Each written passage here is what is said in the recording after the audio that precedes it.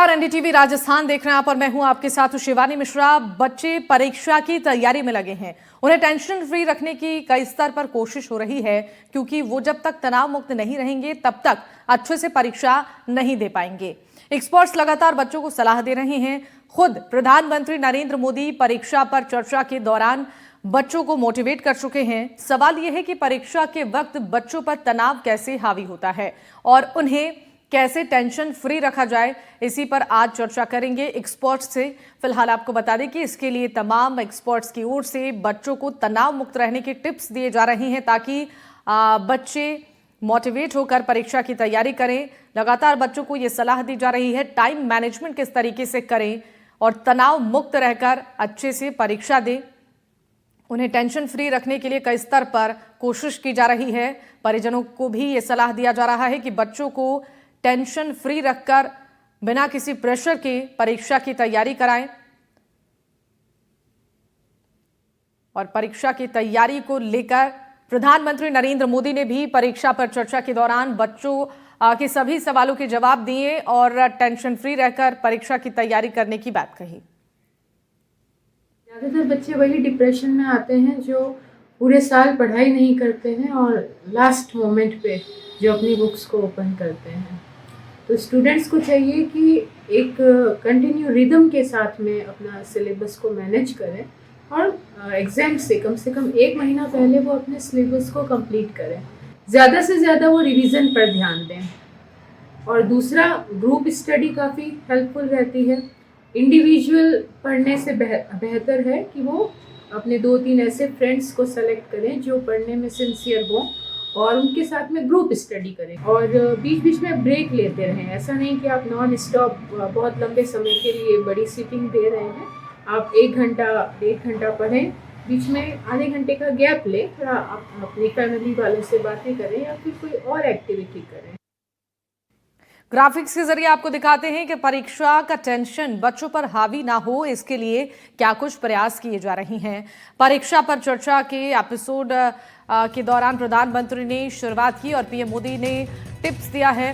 दीपिका पादुकोण भी टिप्स दे चुकी हैं। सीबीएसई ने हेल्पलाइन जारी किया है। हेल्पलाइन नंबर पर बात कर सकते हैं और काउंसलर परेशानी का समाधान बताएंगे। ये प्रयास किए जा रहे हैं परीक्षा को टेंशन फ्री बच्चे लेकर इसकी तैयारी करें। तनाव के लक्षण परीक्षा के दौरान क्या होते हैं वो भी ग्राफिक्स के जरिए आपको दिखा रहे हैं। संकेतों में बेचैनी होना, नाखून चबाना, अधिक धूम्रपान करना, कंसंट्रेशन की कमी होना, डरना, असहाय महसूस करना, ये लक्षण परीक्षा से तनाव को लेकर बच्चों के बीच देखा जा रहा है।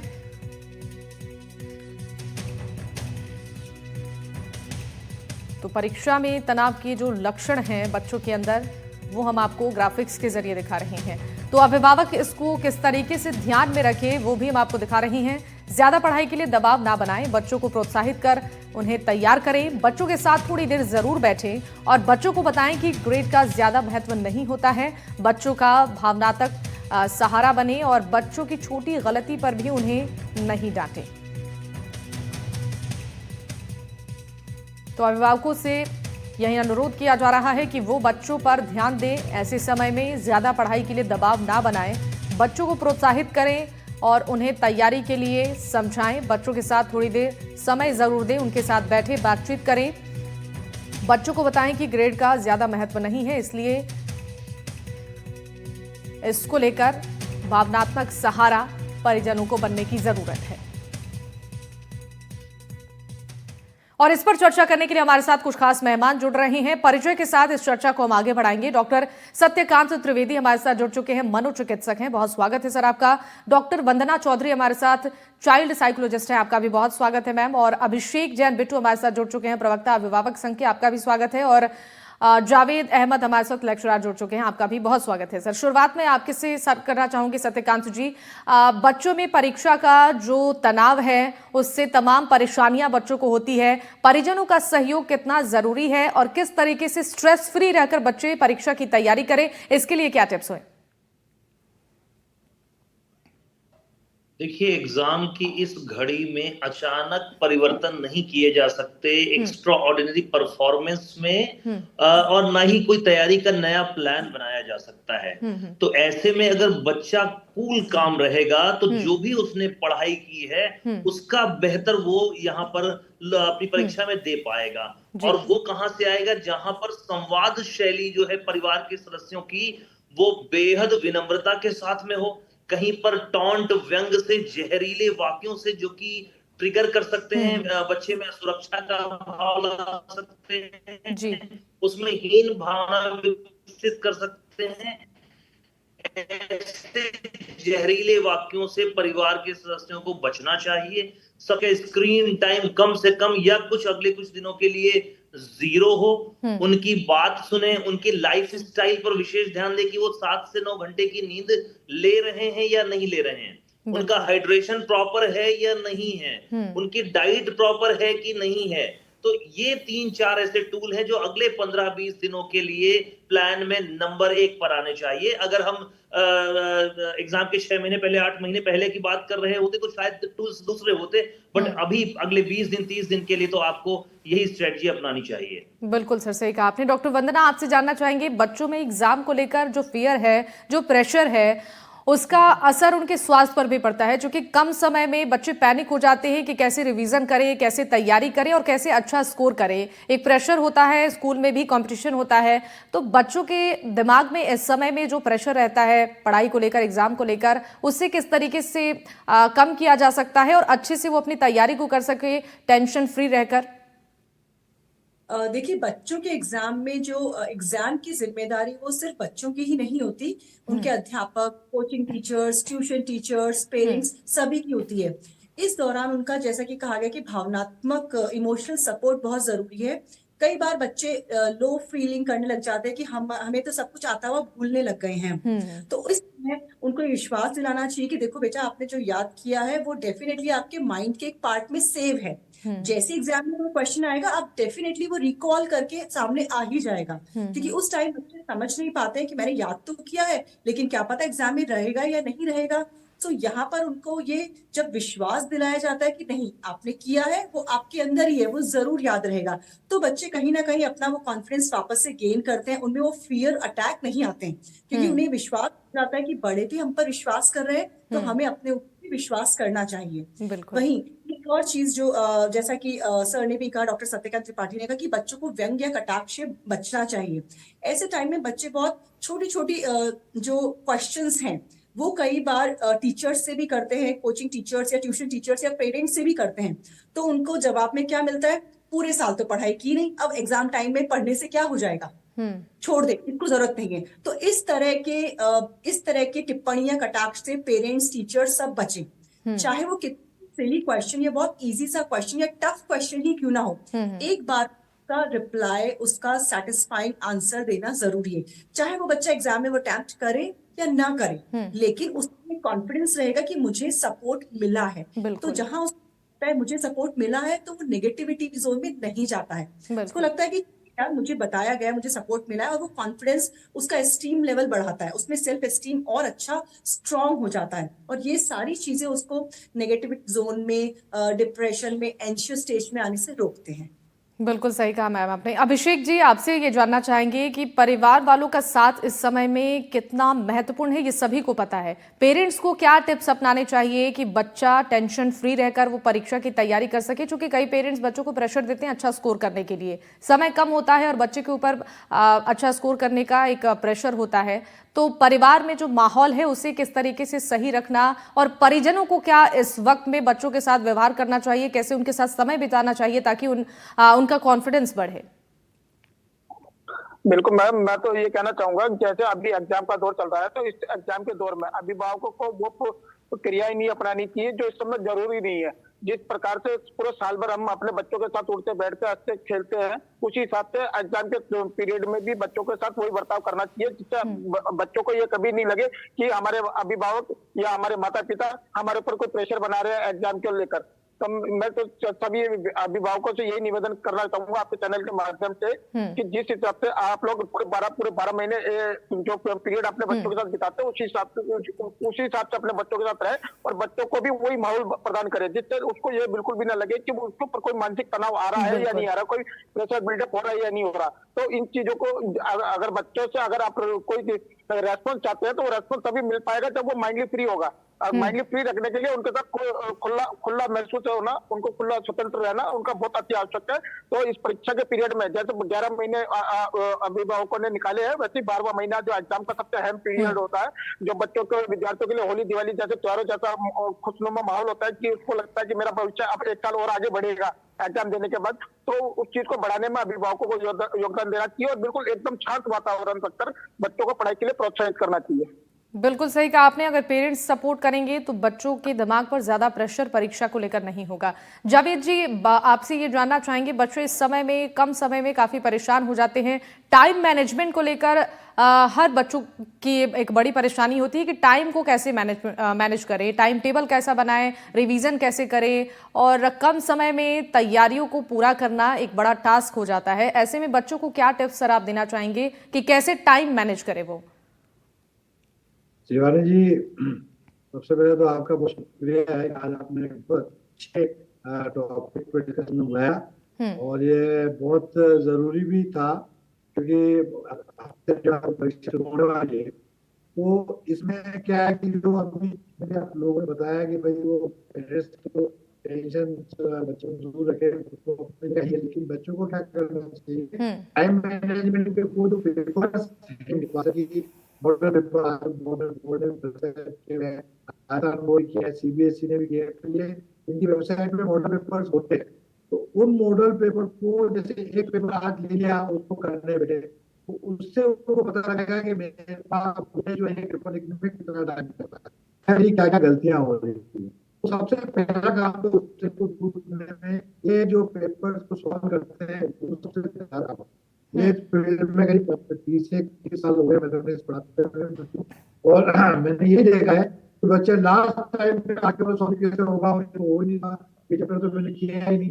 तो वो सब चीजों को छोड़ दे और सबसे पहले ये देखेंगे परीक्षा में पिछले 10 सालों में किस तरह के क्वेश्चन आते रहे, किस टाइप के क्वेश्चन आते हैं। ज्यादा जल्दी काम करने की परीक्षा होती है, परीक्षा का जो बोर्ड का जो पेपर होता है वो सारे बच्चों को ध्यान में रख के बनाया। और आजकल क्या है, बड़ा बहुत ज्यादा मेरा 90% आना चाहिए, मेरा 95 आना चाहिए, 100 आना चाहिए। तो ये प्रेशर जो है वो पेरेंट्स बिल्डअप करते हैं बच्चों के ऊपर। तो पेरेंट्स को मुझे कहे कि भाई जितना कर पाता है उससे अच्छे से तैयारी करनी है तो पेपर को सॉल्व करें, सबसे बढ़िया तरीका यही है। और फिर उसको कुछ नहीं आता, लेकिन उससे पता लगता है अरे पेपर लेकर 4 घंटे लगे या मुझे पेपर 3 घंटे लगते हैं। और वो पेपर उठेगा एक बार 2 बार, हर सब्जेक्ट के पेपर बिना बजाय आप किसी चीज को तैयार करने के उसको कुछ नहीं करना है, यही रिवीजन का एक सबसे अच्छा तरीका है। तो पेपर को लिखे पढ़े उसको देखे किस तरह के क्वेश्चन आने हैं, क्या है परीक्षा कहना है। ये कोई ऐसा नहीं है कि आप लोग 7 सालों में जो हम एक दिन में मुझे नहीं हो सकता है। ये पैटर्न है जिसको आप बच्चे को अपने पेरेंट्स ये समझा है कि बेटा ये पैटर्न को स्टडी कर। जैसा आपको मालूम 30% जो है क्यों आएंगे, 20% शॉर्ट आंसर आएंगे, 20% लॉन्ग आंसर आएंगे। इस तरीके से वो हर फील्ड पे अगर उसमें तैयारी करेगा तो मैं समझता हूँ उसको कोई टेंशन नहीं होती। अच्छा एक त्योहार की तरह समझना चाहिए, बिल्कुल इतना उसको आता हो जाएगा। अभी वो चाहेगा कि मैं और कुछ कर लूं, वो कुछ नहीं होगा, और कुछ करने के चक्कर में जो आ रहा है वो भी चला जाएगा। उसको सिर्फ बच्चों को यही करना चाहिए कि वो पेपर उठाए, पेपर उठाए, बोर्ड पेपर होते हैं, दूसरे वेबसाइट पे मॉडल पेपर होते हैं, जो ट्यूशन पे कोचिंग में बच्चे जाते हैं कोचिंग में मॉडल पेपर देते हैं, और उसके अलावा बुक्स में मॉडल पेपर होते हैं। कुछ करना है एक पेपर है उसको लिखा, फिर उसको टाइमिंग चेक करें, फिर दूसरा मॉडल पेपर, ये एक तरीका है। बिल्कुल सर जी बिल्कुल सही कहा सर आपने। डॉक्टर सत्यकांत जी, आपसे जानना चाहेंगे, बच्चे इस समय में पैनिक हो जाते हैं, एग्जाम का एक प्रेशर होता है, जो बच्चे तैयारी पहले से किए होते हैं, उस समय में ऐसा लगता है कि वो तैयारी उनकी पूरी नहीं हो पाई है। एक कॉन्फिडेंस का कम होना बच्चों के दिमाग में, इससे काफ़ी तरीके के डाउट्स बने रहते हैं। टीचर्स का कितना इसमें सहयोग ज़रूरी है, और पेरेंट्स का सहयोग तो ज़रूरी है ही, माहौल कितना सही होना चाहिए कि बच्चे इसको लेकर स्ट्रेस ना लें। लगातार इसको लेकर एक्सपर्ट्स की तरफ से सलाह दी जा रही है, लेकिन फिर भी जो बच्चे इस वक्त सुन रहे हैं, उन्हें क्या टिप्स देना चाहेंगे कि जो पैनिक सिचुएशन क्रिएट होती है कम समय में तैयारी करने की, उसको कैसे वो मैनेज करें? सबसे पहले तो बच्चों को ये समझना होगा कि अभी जो हमारे पास दिन बचे हुए हैं, उन दिनों में कोई बहुत बड़ा ड्रास्टिक परिवर्तन हम नहीं ला सकते। बिल्कुल। लाइफ स्टाइल में कोई ग्रॉस चेंजेस करके नए एक्सपेरिमेंट करने से बचना चाहिए। हल्की फुल्की असुरक्षा का भाव आना, चीजों का भूलना बेहद सामान्य मस्तिष्क के फंक्शन है, इसमें ऐसा हो सकता है। एग्जाम हॉल में कई बार एग्जाम देते समय या वहां जाते समय हम कई बार ऐसे केसेस देखते हैं जहां पर एंजाइटी की वजह से पैनिक अटैक आना, चक्कर खा करके गिर जाना, नम हो जाना, प्रश्नों के उत्तर को रिकॉल करने में तकलीफ ऐसे लोगों में कई बार आ सकती है। वहां पर हमें 4-4-4 फॉर्मूला अपनाना है। अगर आपको ऐसा लगता है तो आप सिर्फ 12 सेकंड दीजिए अपने ब्रेन को। 4 सेकंड के लिए आपको सांस खींचनी है, 4 सेकंड तक आपको सांस रोक करके रखनी है, और 4 सेकंड तक आपको एक्सहेल करना है। ऐसे पेपर के बीच में भी आप 2 से 3 बार कर सकते हैं। इससे तात्कालिक जो घबराहट बेचैनी है उसमें काफी राहत मिल सकती है। एग्जाम पेपर देते समय या एग्जाम देने के पहले डोंट एज्यूम कि मेरे इतने ही मार्क्स आएंगे, मैं तो अब फेल हो जाऊंगा, मुझसे अब नहीं बन पाएगा। डोंट एज्यूम, इस बात को समझना होगा। हाइड्रेशन बहुत प्रॉपर रखें। मैं तो ये कहूंगा कि 15 मिनट से 30 मिनट मनोरंजन और हल्की फुल्की वॉक के लिए भी निकालें, जिसमें भी आपका इंटरेस्ट हो। बिकॉज जो एग्जाम है वो अब 15-20 दिनों में सब्जेक्ट से ज्यादा स्टेबल मेंटल हेल्थ का है। बिल्कुल जिसका मेंटल हेल्थ जितना स्टेबल रहेगा, जो अपने टूल्स को बेहतर ढंग से यूज करेगा, वो ज्यादा बेहतर कर पाएगा। और सबसे ज्यादा इंपॉर्टेंट बात, आपके परिजन भले आपसे नाराज होते हों, या हो सकता है वो तीखे वचन कह रहे हों, लेकिन उनका इंटेंशन हमेशा आपके प्रति बेहद लगाव होता है। अब मेरे पास है हजारों केसेस के, मैं अनुभव से बता सकता हूं कि माता पिता हमेशा आपके साथ में होते हैं। जो अनकंडीशनल लव है, निस्वार्थ जो रिलेशनशिप है, उसमें टॉप में हमेशा पेरेंट्स रहते हैं। हो सकता है नाराजगी में, गुस्से में वो आपको कुछ कड़वी बातें कह दें, तो ये आप समझिए कि कहीं ना कहीं उनकी जो मंशा है वो आपका ही अच्छा भविष्य हो सकती है। उसको भी हमें लाइटली लेना है, जीने मरने का प्रश्न नहीं बनाना है। धीरज रखिए, हम सब आपके साथ में हैं। आपकी जो परीक्षा है वो आपके एग्जिस्टेंस, आपके अस्तित्व से बढ़कर नहीं है। बिल्कुल सर, नहीं है। आपके आसपास के लोग आप पे नाराज हो जाएं, गुस्सा कर लें, बट वो आपको वास्तविक उतना ही प्यार करेंगे, भले आपके कितने भी परसेंट आए। इस बात को भी समझना होगा। बिल्कुल, बहुत ही महत्वपूर्ण बात कही सर आपने। डॉक्टर वंदना, जानना चाहेंगे आपसे कि बच्चे इस समय में ज़्यादा टाइम पढ़ाई पर देते हैं, ऐसे में जो फिजिकल एक्टिविटी है या फिर जो एक्टिविटी उन्हें करना पसंद है, खेलना, बाहर घूमना, दोस्तों के साथ बात करना, उस पर काफ़ी पेरेंट्स भी प्रतिबंध लगा देते हैं और बच्चे भी थोड़ा इन्वॉल्व होना कम कर देते हैं। इससे मेंटल प्रेशर उनका बढ़ता है। ऐसे में क्या बच्चे किस तरीके से अपनी पढ़ाई को मेंटेन करते हुए सारी एक्टिविटीज़ भी करें ताकि एक मेंटल प्रेशर ना हो और माइंड फ्रेश रहे बच्चों का? देखिए, इसके लिए आजकल ग्रुप स्टडीज बहुत एक हेल्पफुल होती है, जिसमें बच्चे 3-4 बच्चे आपस में इकट्ठे होकर आपस में पढ़ाई भी कर सकते हैं। कभी कभी बैठ के वो आपस में जोक्स भी क्रैक कर लेते हैं, तो उनका सोशलाइजेशन, एंटरटेनमेंट और स्टडीज सब साथ में हो जाती है। तो ग्रुप स्टडीज को मैं जरूर प्रमोट करूंगी ऐसे टाइम में, कि चाहे वो ऑन कॉल भी हो सकती है, वीडियो कॉल के थ्रू भी कई बच्चों को मैंने देखा है करते हुए। सो ये भी काफी हेल्पफुल है कि अगर आप एक दूसरे घर न जा पाते हो तो आप लोगों ने ऑनलाइन मीट के थ्रू आप लोगों ने 1 या 2 घंटा रख लिया, 1 घंटा रख लिया जिसमें हम एक दूसरे से डिस्कस करेंगे। पूरे टाइम में 1 या 2 घंटे हम डिस्कस करेंगे सिर्फ सब्जेक्ट्स को लेके, और उसी दौरान हम लोग आपस में बातें भी कर लेंगे। तो ये सारी जो चीजें ये वेंट आउट की तरह उनका स्ट्रेस बस्टर की तरह काम करता है। वो एक दूसरे से मोटिवेट भी होते हैं, साथ में एक दूसरे की हेल्प भी कर पाते हैं। तो जब बच्चे एक दूसरे की हेल्प करते हैं तो उनमें कॉन्फिडेंस आ जाता है कि हाँ मुझे आता है, मैं बता पा रहा हूँ या मैं बता पा रही हूँ। सो इस तरह से मैं मानती हूँ एंटरटेनमेंट नहीं होता है, लेकिन बच्चे समझते हैं कि ये हमारी एग्जाम की घड़ी है और सिर्फ 10 या 15 दिन की बात है, उसके बाद डेफिनेटली हम वापस से बाहर निकलेंगे, मिलेंगे, करेंगे।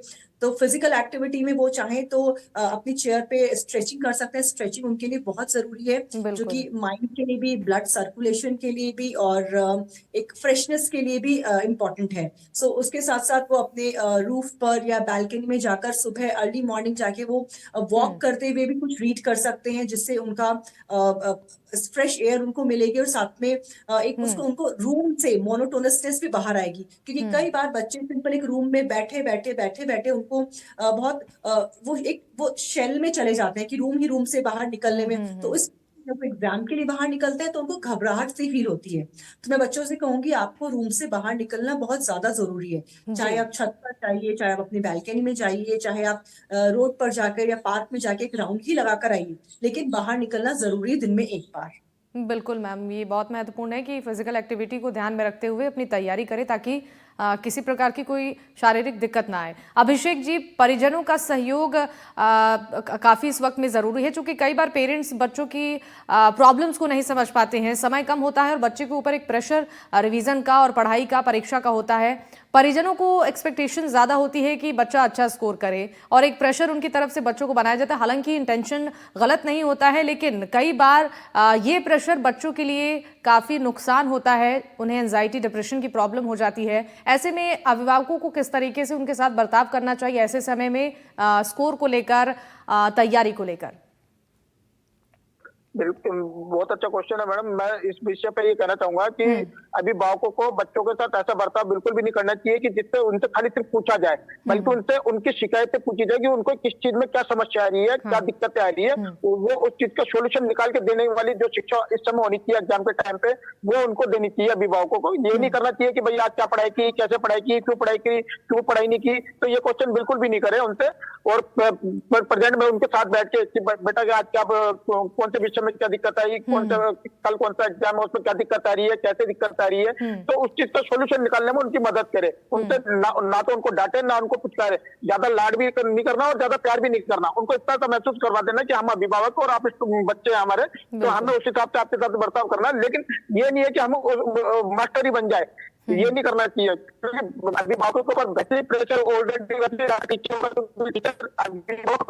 स्टूडेंट रिलेशन जो आपने बिगड़ता है बच्चों का, तो वो टीचर सब तो ये कहते हैं कि हमारे स्कूल का रिजल्ट बिगड़ना नहीं चाहिए।